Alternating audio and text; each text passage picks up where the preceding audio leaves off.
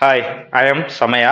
இந்த video upload பண்ணல, இதுக்கு முந்தின ஒரு வீடியோ அப்லோட்ல வந்து பார்த்தீங்க அப்படின்னா, இந்த ஏசி டு டிசியா மாத்துறதுக்கான பேர் என்ன, அதே மாதிரி DC to DC, AC to DC, DC to AC.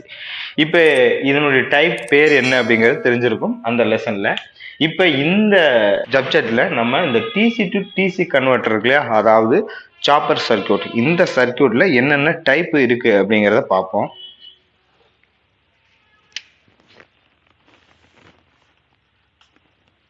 இதுல வந்து பாத்தீங்க அப்படின்னா சாப்பர், இந்த சாப்பர் சர்க்யூட்ல வந்து பாத்தீங்கன்னா ஒரு 4 டைப் அப்படிங்கிறது இருக்கு. ஒன்று பக் கன்வெர்ட்டர், ரெண்டாவது பூஸ்ட், மூணாவது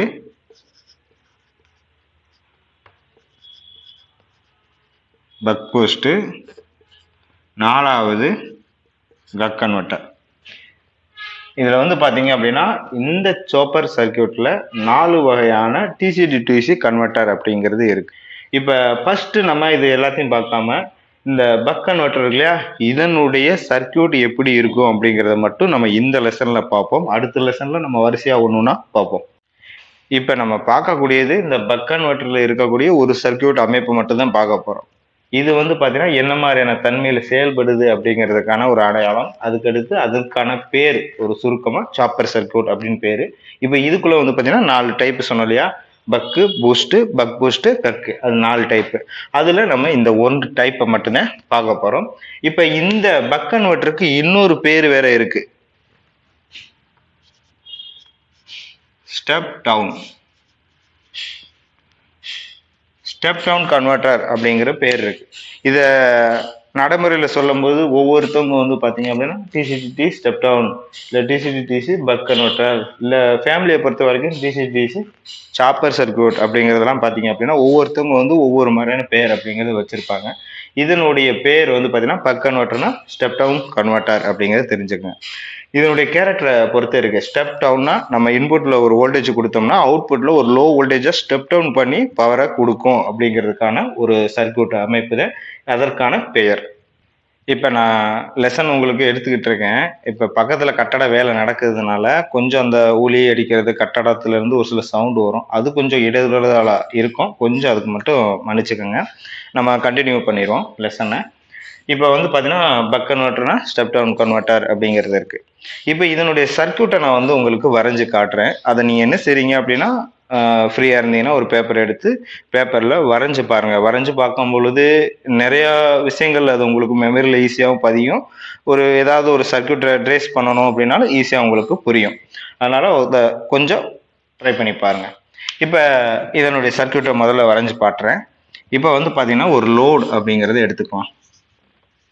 ஏதோ ஒரு லோடு, ஒரு எல்இடி லோடோ இல்லை ஏதாவது ஒரு சர்க்யூட்டுக்கு பல்காக பவர் சப்ளை கொடுக்கறதுக்கான லோடோ, ஏதோ ஒரு லோடு.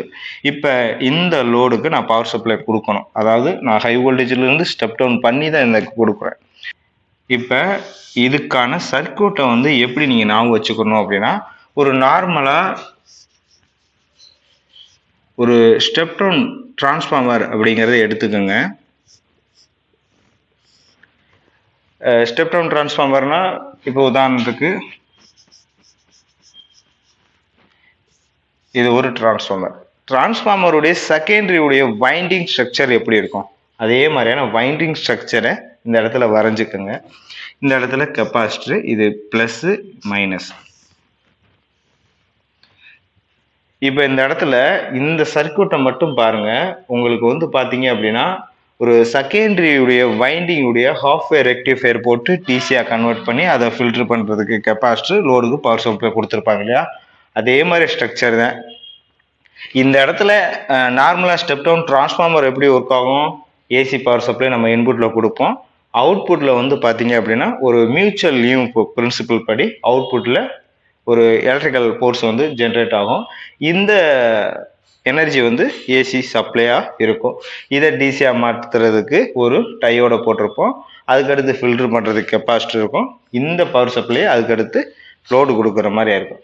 இப்போ நீங்கள் என்ன செய்றீங்க அப்படின்னா இந்த இடத்துல இந்த சர்க்கியூட்டை அப்படியே மறந்துட வேண்டியது, இது இருக்காது.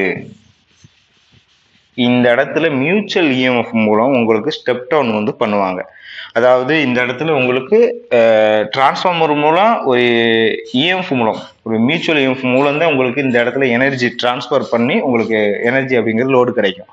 ஆனால் இந்த பக் கன்வெர்ட்டரில் பொறுத்த வரைக்கும் பார்த்தீங்கன்னா நேரடியாகவே ஹை வோல்டேஜில் இருந்து ஒரு சுவிட்சிங் மூலம் பவர் சப்ளை கொடுத்து கட் பண்ணுவாங்க.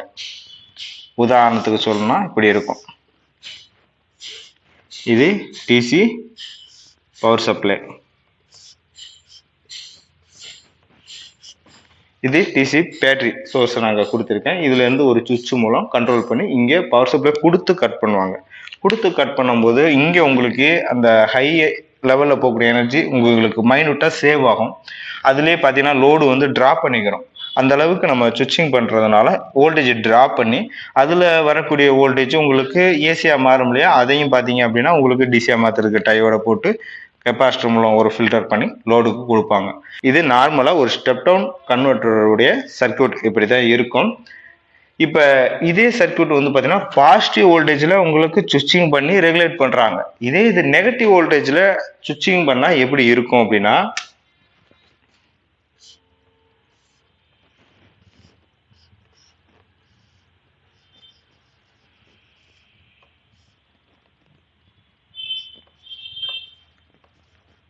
இது ஒரு லோடு,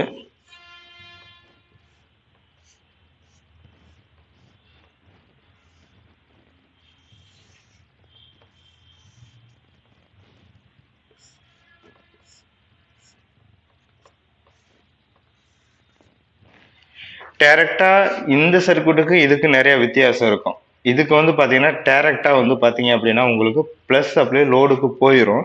மைனஸ் வோல்டேஜில் வந்து காயில போட்டு அங்கே பியூரா இருக்கிறதுக்கா டயோட போட்டு இந்த மாதிரியாகவும் கண்ட்ரோல் பண்ணுவாங்க. இதுவும் ஸ்டெப் டவுன் கன்வெர்ட்டர் தான், இதுவும் ஸ்டெப் டவுன் கன்வெர்ட்டர் தான். ஆனால் அதுக்கும் இதுக்கும் வித்தியாசம் இருக்குது. இது பாசிட்டிவ்ல கண்ட்ரோல் பண்ணுறாங்க, இது வந்து நெகட்டிவ்ல வந்து கண்ட்ரோல் பண்ணுவாங்க. இப்போ இந்த இடத்துல வந்து பார்த்தீங்கன்னா பாசிட்டிவ்ல கண்ட்ரோல் பண்ணக்கூடிய ஸ்டெப் டவுன் கன்வெர்ட்டருக்கு டைரக்டாக வந்து பார்த்தீங்கன்னா ப்ளஸ் வோல்ட் வந்து பார்த்தீங்கன்னா காயிலுக்குள்ளே போகிறது மாதிரியா இருக்கும்.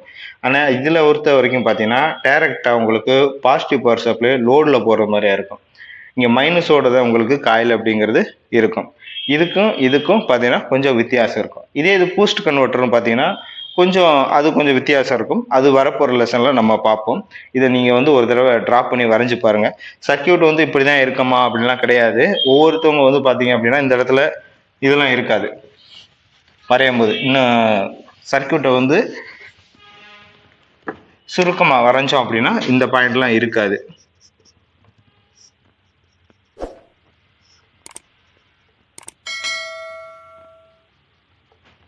இந்த மாதிரியா இந்த லைன்லாம் நிறைய இழுத்துட்டு போக முடியாது அப்படிங்கிறதுனால இந்த காமன் லைன்லாம் சுருக்கி அதுக்கேற்ற அந்த காமன் லைனுக்கான ஒரு சிம்பிள்ஸ் அப்படிங்கிறத மார்க் பண்ணியிருப்பாங்க.